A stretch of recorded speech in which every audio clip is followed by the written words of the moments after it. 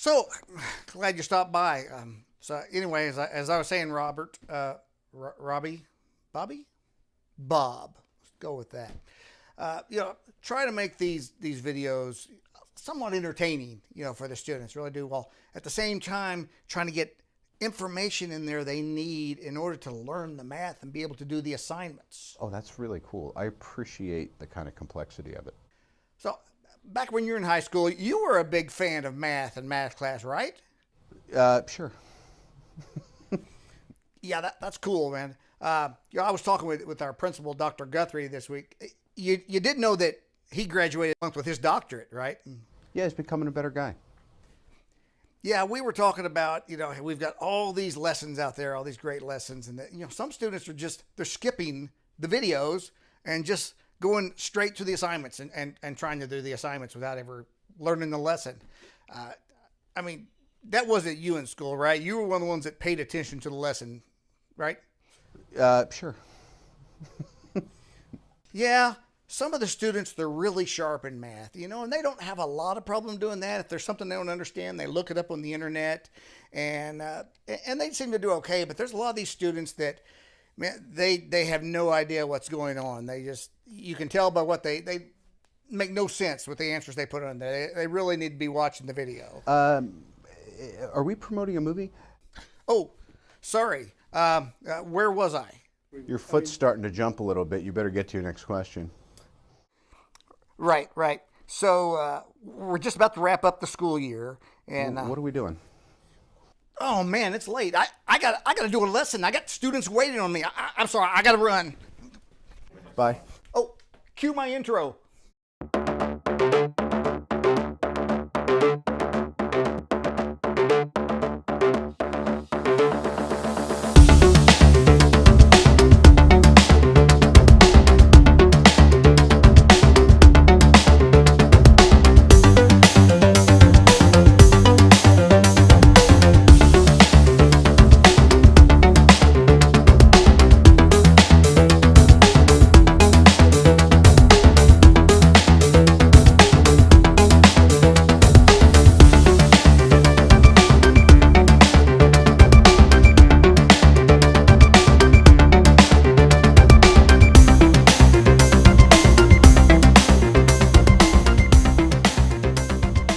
All right, let's take a look at our programming assignment for the week. Last week was the Module 5 test, and most everyone's taken it. Not everybody. There's still a few of you that have not taken last week's test.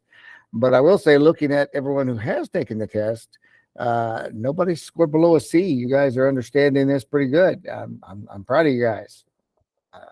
All A's, B's, and C's on the test. So that's wonderful. Nobody's failing. No one's even getting a D on it. So good to see that. If you haven't done it yet, get caught up. Get caught up on what you're missing there. We're in April already. School's going to be over before we know it here. All right. Foundations of programming. Let's look at this week. What's due? April 9th is this Sunday, this Easter Sunday here, is testing 6.01. So for the month of April, we're doing I don't know if we're going to do that discussion-based assessment. I'll decide that when we get there. There's discussion-based assessments where you log on with me and I ask you questions and you answer. So we have a discussion about things to see how much you're understanding. But if things are going well and you guys are getting the programs in and doing well, we may not need to have a discussion-based assessment. So we might skip that. So, all right, 6.01. This was a short module right here.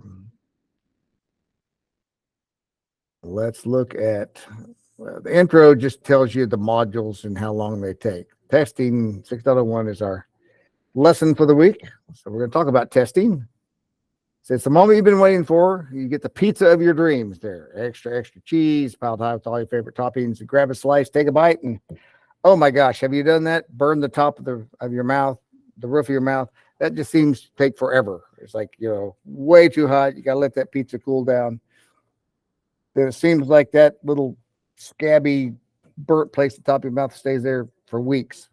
It doesn't. It actually heals pretty fast, but it sure bothers you. Your tongue hits it all the time, and it's just, I haven't done that in a while. I've been pretty good at avoiding that pizza burn But with a little testing, could have avoided that, right? If I just tested a little bite instead of just jumping right in there. Gotta have a little patience with it. Want to avoid those second-degree mouth burns. But we're going to talk about testing with programming today. So after completing this, you'll be able to explain the types, uses, and limits of testing that ensure program quality, determine when in the program development types are testing or performed, explain how data and test plans are used in program testing, and describe the role of customer support and satisfaction with releasing software. So those are the type of questions you'd have in a discussion-based assessment, by the way. All right. Oops. Oh, yeah, I hear about these things.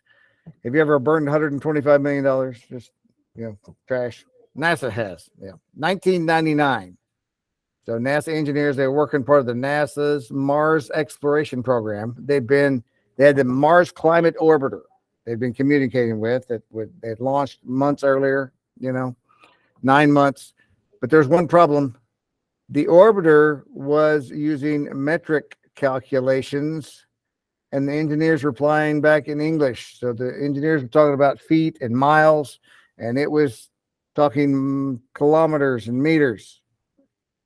And they didn't realize the mistake until it was descending too low, too quickly into the Martian atmosphere. Because if they want it to be 5 miles above Mars orbiting and it's only 5 kilometers, that's a lot closer. And it got sucked into the gravity of Mars and burned up in the atmosphere.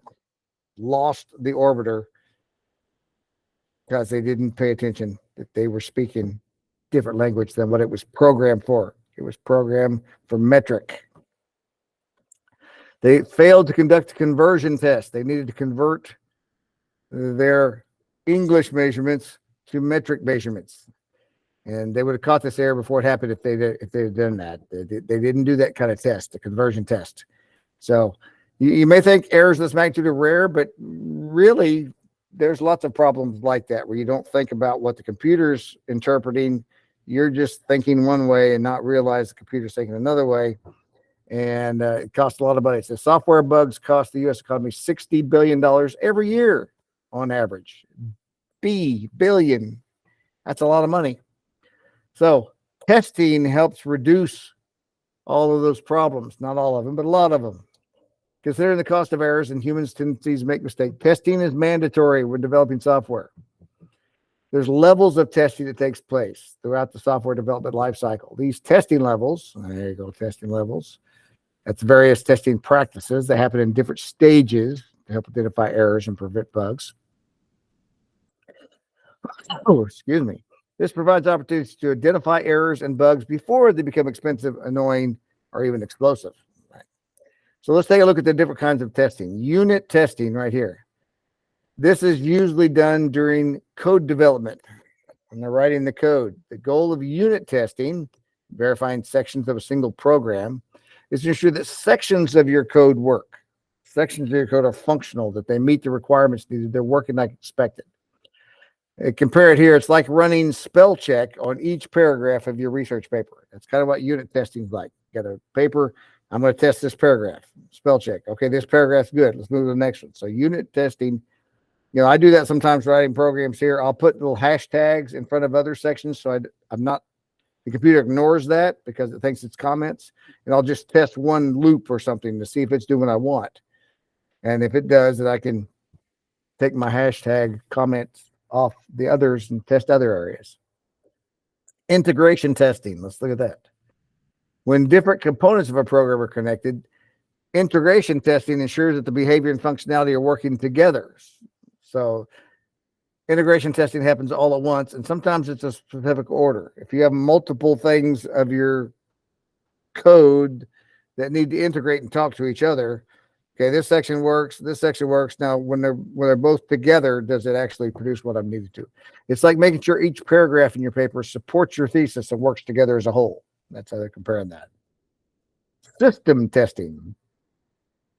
This ensures the entire system's working as a whole. During system testing, developers test the program in an environment that's very similar to how the program eventually be used, right? If this is going to run on a Apple computer, then they need to actually test it on an Apple system. If they're going to run it on if it's written for a phone. Will it work on a phone? Will it work on an iPhone? Will it work on a Microsoft phone? Will it work on a Galaxy? This type of testing is often quite rigorous and performed by a specialized testing team. A lot of times there's a team that'll do that.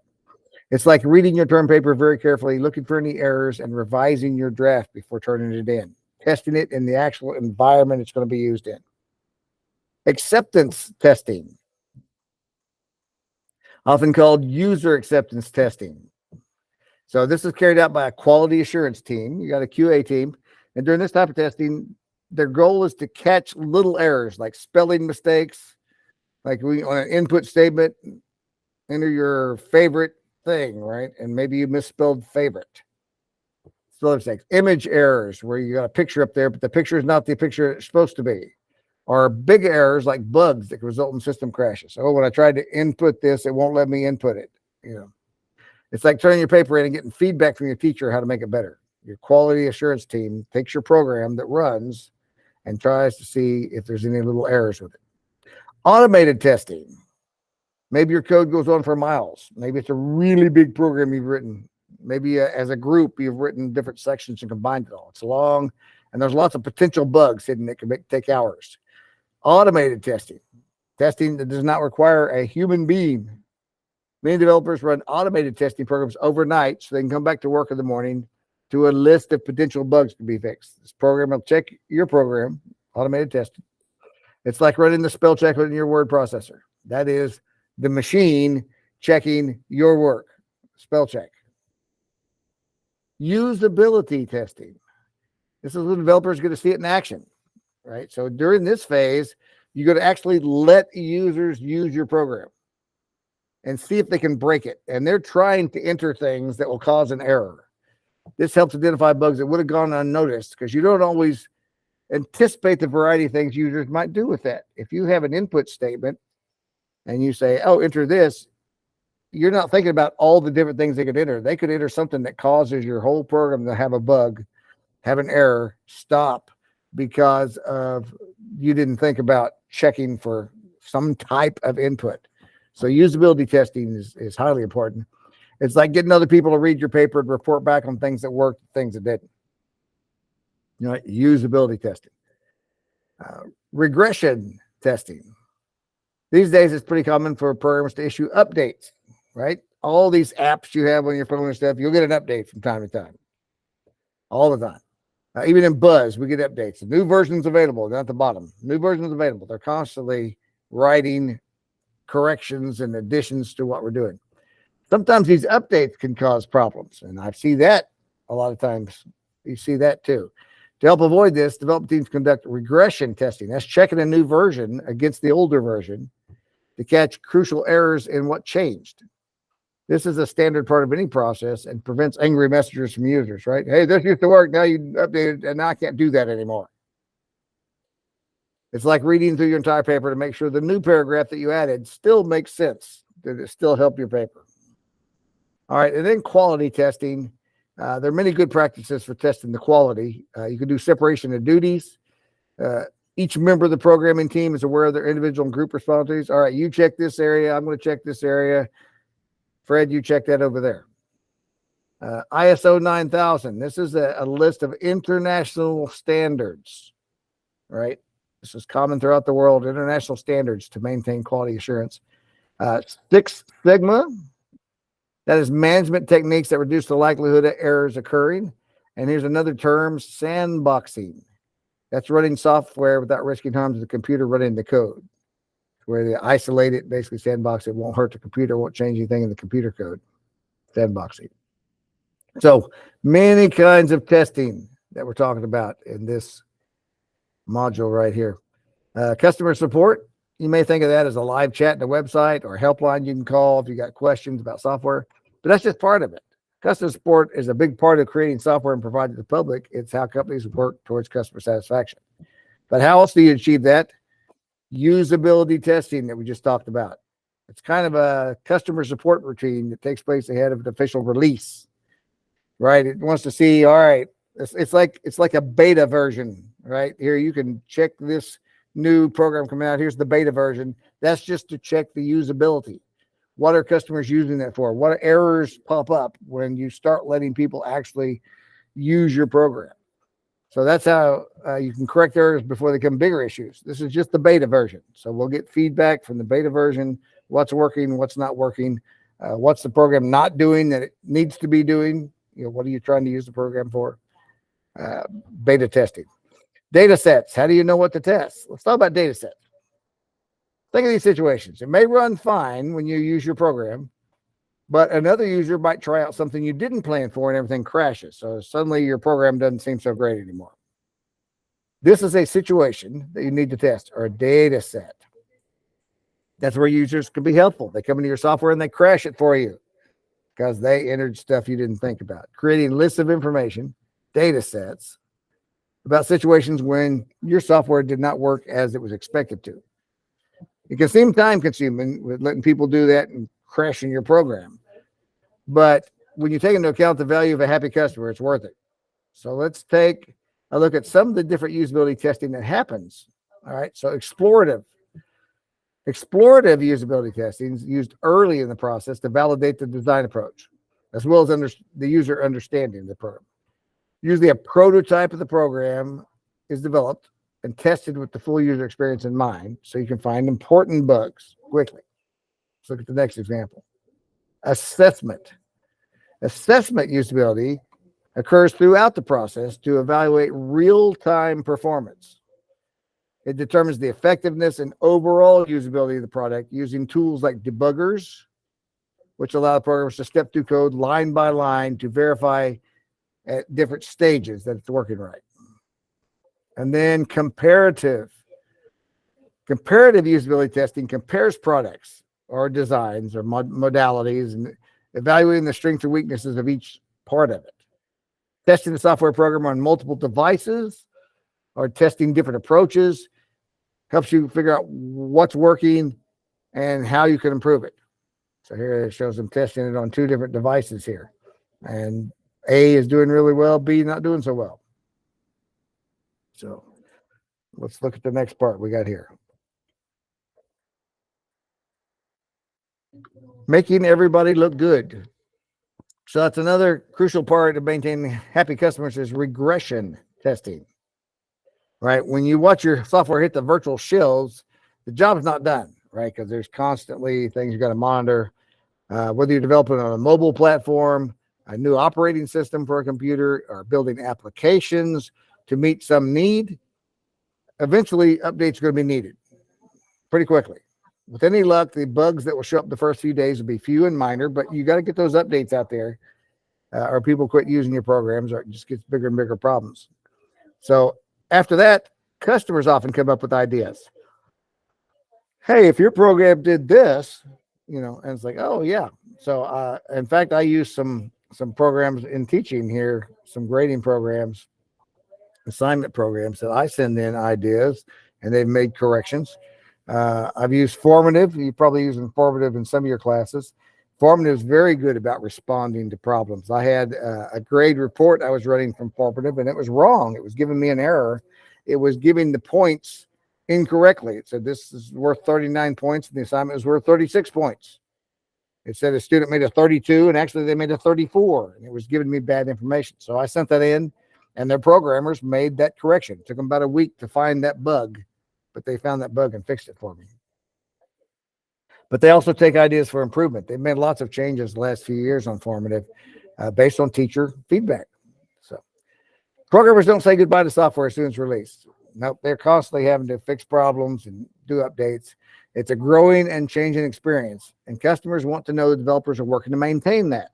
Frequent updates make good software look even better if it works. You may think you're providing a cool new update to your customers, but if there's an undetected bug in the new version that creates a security vulnerability, that's especially bad, or causes users to lose important data, suddenly your program looks really bad. So regression testing will help avoid this. Helps everyone look good. So let's look at 2 infamous bugs that should have been caught with testing, but they ended up causing some big problems. Go-to-fail. Apple's SSL bug is also known as go-to-fail. It created a vulnerability in its iOS 7.06 software update. So this was their operating system for their Apple stuff, 7.06. A duplicated line of code, and you can see it right here below. When we click on it, you can see they put that twice by mistake. Go to fail.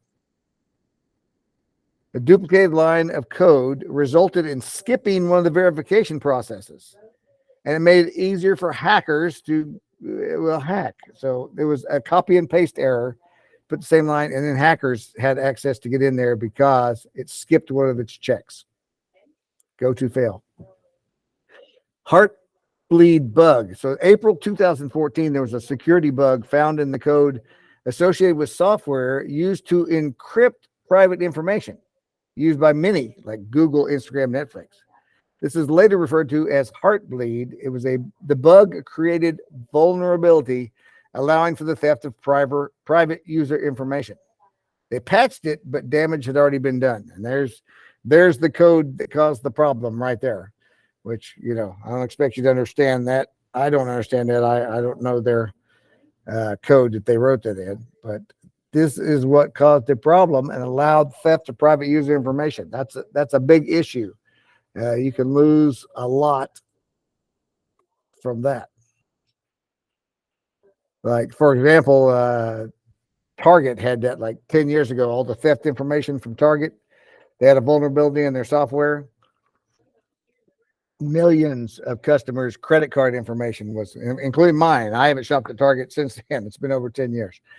But they let all my credit card information get stolen from their database. So program testing, you be the judge. So the most important part of testing is actually doing it.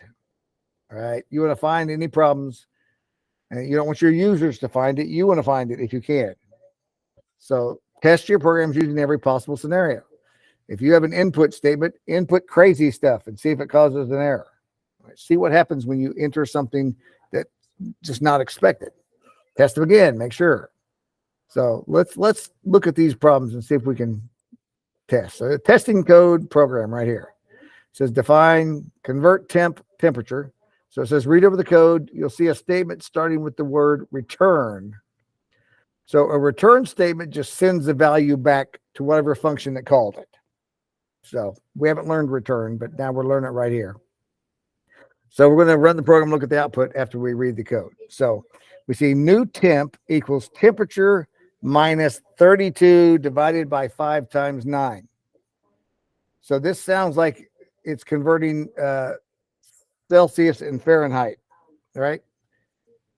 Because you're 32 divided by, minus 32 divided by 5 times 9. That's the convert temp function. Return new temp. So if somebody asks for the new temp, this function will calculate and then return it back here. So here in the main, temp equals, it's a float value because temperatures can use decimals for sure. Enter a temperature. All right. And then print the new temperature is printed as a string. Convert temp. There's that function up here. Convert temp. Temp. All right. Plus degrees. They want to put the word degree out there. So main. Let's run the program and see what happens. Enter a temperature. All right. Let's enter 72 degrees. New temperature is 18 degrees. So do you know what the program was doing? Right? It was taking 72 degrees Fahrenheit and converting it to Celsius. So let's test some things that we know. Let's see if it works. 32 degrees Fahrenheit is freezing. That should be 0 degrees Celsius, right? Let's see what it gives us. It said the temperature is negative 22 degrees. Obviously, when you test this, you find that there's something wrong. So if we test, let's test it again with 212 degrees, because that's boiling temperature. The boiling point of water is 212, which is 100 degrees Celsius. So if I enter 212, it should say it's 100 degrees. It says it's 158 degrees. There is something wrong with this program. In testing, you figure out it's not converting the way you think it should. It's like, well, maybe it's doing Celsius to Fahrenheit. Well, that's a good question. Let's put in 100 and see if it says 212. Oh, it says 46. It's obviously going the other way. Okay, so that's not working. Let's look at the next testing. This says convert to Celsius in Fahrenheit. Okay, this is a clearer name. This is a better name because now we know what conversion it's actually doing. It is converting to Celsius. And here's comments. The Fahrenheit to Celsius formula is you take the Fahrenheit temperature, you subtract 32 from it, and then you multiply it by 5/9. That's how you convert. That's true. So Celsius equals Fahrenheit minus 32 divided by 5/9, or 5 times 9. Return Celsius. Define main. F equals float. Here it is. Enter that temperature, Fahrenheit temperature. This is good. Now it tells us which temperature to enter. The other one just said enter temperature. Didn't say if it was Fahrenheit, Celsius, Kelvin. And then C, convert to Celsius, F. Print F plus character 176. We'll find out what that is. F is equal to, there's that 176 again, C. So let's see. If we run this program, let's enter again 212 degrees Fahrenheit. It says it's 158 degrees Celsius. Now, this is a lot nicer output. Look, it's put the little degree symbol. That's obviously what this character 176 is. 212 degrees, and puts the F after it to say this is a Fahrenheit temperature, is equal to 158 degrees symbol Celsius. So this is a much cleaner output because you understand exactly what it's converting. It tells you to enter a Fahrenheit temperature, so you know what to enter. So this is a much better, just little simple things to clean up the program and make it easier on the user to understand. However, it still doesn't work. It's not 158 degrees. So let's see. Now the important prompts and the output statements are very clear. You have no doubt. But obviously there's still a problem with this. Run the program. If it's 32 degrees, it should be 0 degrees. No, it's negative 22. So they haven't fixed anything on that. They just cleaned it up. Anyone seeing the problem yet? There's a problem there. All right, next. Now what have we done? Now it tells us to input 32 there, right? Because that's how we test it. We just do temperatures we know. We know the freezing point of water is 32 degrees, which is equal to 0 Celsius, 212. Look at that. Look at the output. All right. So what have they done now? Convert cells. This all looks very much the same. Tells us in comments which is really nice to put that in the comments. This is the formula. Then they put their calculations.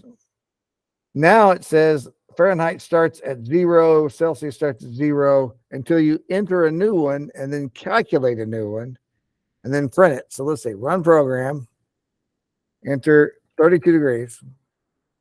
It still says it's negative 22. Still says that. It says when you enter 32 for the Fahrenheit temperature, the output should read 32 degrees Fahrenheit is equal to 0 degrees Celsius, but that's not it. Sometimes your program will run and appear to work, but double checking your math is key. So look carefully at the formula. There's a number of errors. Here's our formula. What do you see wrong with that formula compared to what it said above? Anyone see anything? In the comments, that is the correct formula. But in the program, they made some errors.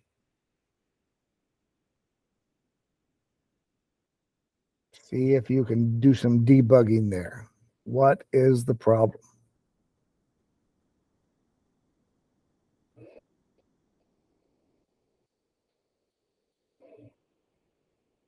You guys are stumped this early morning.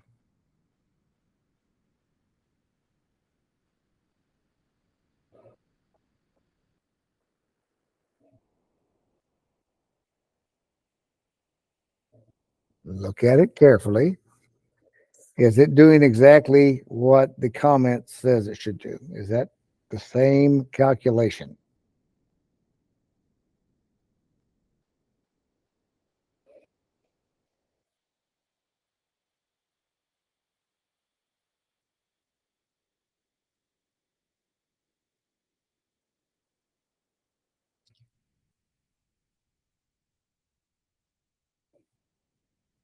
Nobody sees an error.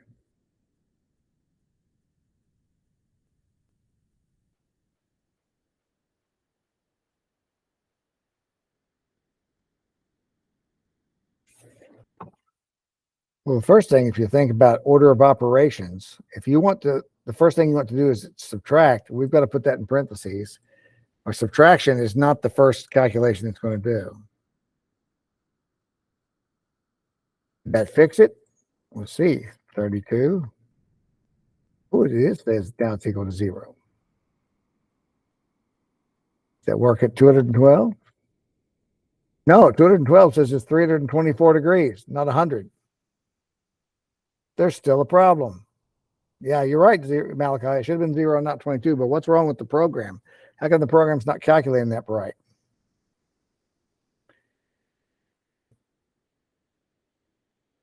Should be 100.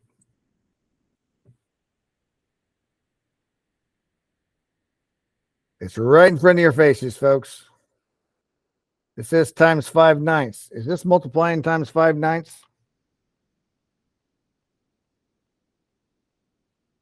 Should be times 5 divided by 9. They have it backwards. Yeah, Kinder had that. Yeah, the other way around. Times 5/9, not divided by 5 times 9, divided by 445.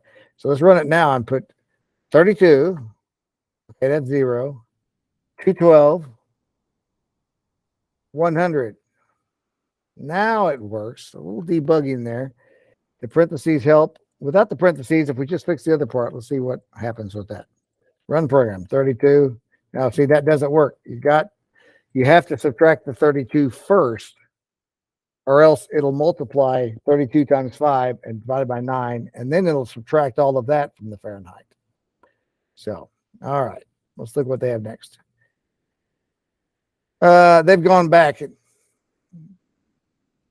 They want us to update the formula here. We updated on the last one, but we know how to do that. We were one ahead of them there. Back it up. Times. If you want to clean it up, you can put 5/9 in parentheses, but order of operations, it'll work either way.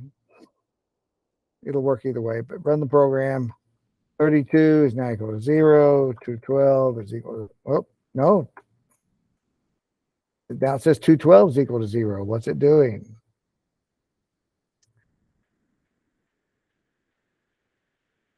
If I take away the parentheses, did that make a difference? Did I actually change that wrong? It did. Parentheses actually created an error. So times 5/9 made that calculate wrong. Interesting. Okay. That's why we test it. All right. Celsius equal Fahrenheit. So it tells you the solution right down here, which we had already figured out. We already had that corrected. So let's look at their slide 5. Now read over the code, predict the output, and then run program, and then change the value of num to a positive number, 0, a positive number, a 0, and a floating point. So we're going to test a few things. All right. So this is defining a function called absolute value. So this is going to return the absolute value of whatever number x we enter. So if x is less than 0, the absolute value is always a positive number because it's the distance from 0. 5, the absolute value of 5 is 5 because that's how far away it is from 0. The absolute value of -5, that's also 5 because it's 5 away from 0. It's the other direction. It's the negative direction, but still, it's always a positive value. So it says if x is less than 0, return x plus -1. If it's greater than 0, just return x because like absolute value of 5 is 5. Absolute value of 8 is 8. So it says, okay, set the value of num to -12. And then print the absolute value of this number is this number. Right? So let's run it. It says the absolute value of -12 is -13. That's totally incorrect. So it says, are you happy with the results of this program? No, sometimes it's correct, sometimes it's not, because it wants us to try Change it to a positive number. Let's change it to 8. Okay, the absolute value of 8 is 8. That's correct. 0, it wants us to try 0. The absolute value of 0 is none because it's right where it's at. It says the floating point number. So let's say 6.89. What's the absolute value of 6.89? It's 6.89. But if we say negative 6.89, it says it's negative 7.89. That sometimes it works, sometimes it doesn't. So now they've updated the code here. Let's look at the last one. They've updated it. Now it says, read over the code, predict it, fix the code in the absolute value function because it says there's 2 errors. So return the absolute value of x. If it's less than 0, return x plus -1. Else, if it's greater than 0, return x. Define main. Here's the number list. Now they're going to test the whole list at one time. They made a number list of -12, 12, 0, 9.8, and -9.8. And the answer list, here's what the answer should be: 12, 12, 0, 9.8, 9.8. That's correct because this is 12 away. So that should be the answer. So for n in range, we did a loop from 0 to the length of the number list. Run that absolute value. And then is it correct? Does the absolute value equal what the answer list says? And then let's print. So let's run that and see what it does. It says the absolute value of -12 is -13. That's false because they checked it against the answer list. It should be positive 12, and it wasn't. It gave -13. Absolute value of 12 is 12. It says that's true. It checked it. It's the same. Absolute value of 0 is none. That's false because the absolute value of 0 is actually 0. It is actually 0. The absolute value of 9.8 is 9.8. That's true. The absolute value of -9.8 is -10.8. That's false. So they put a number list and an answer list so that way they could just run a loop and check a bunch of things at one time.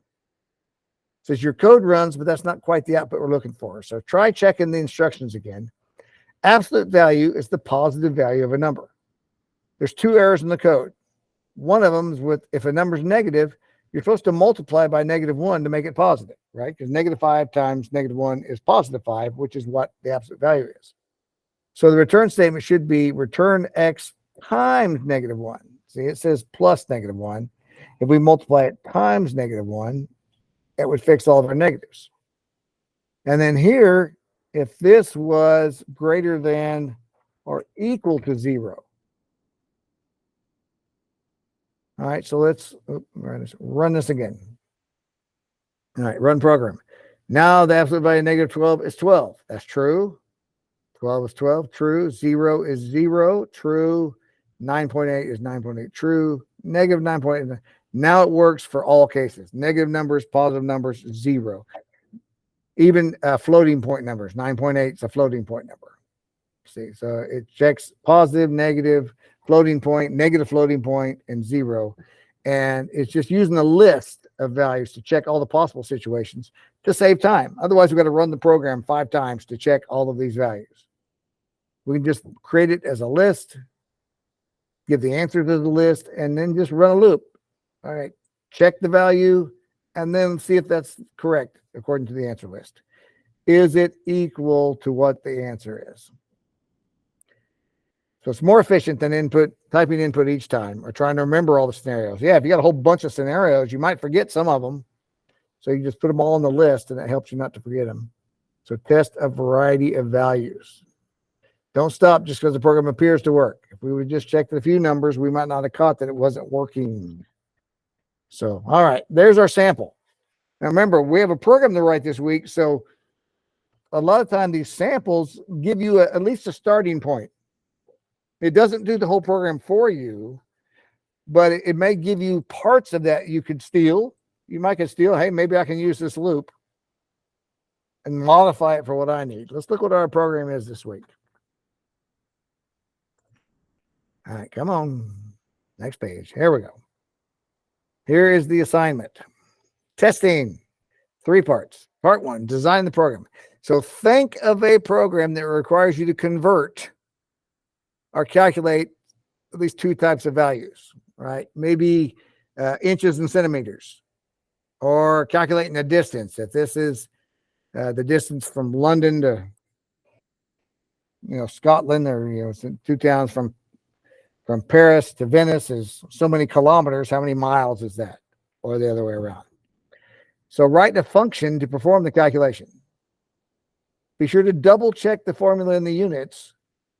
For example, does the equation require meters, but you're calculating feet, right? Make sure that you're double checking. Determine a set of at least 3 values to test your program. Be sure to include integers, whole numbers, floating point, decimal numbers, negative and positive numbers if appropriate. If appropriate. Create an output to display the results of the testing. And be sure to write the pseudocode, right? And the pseudocode should detail the steps. Okay, my pseudocode. I'm going to write a program to convert inches to centimeters.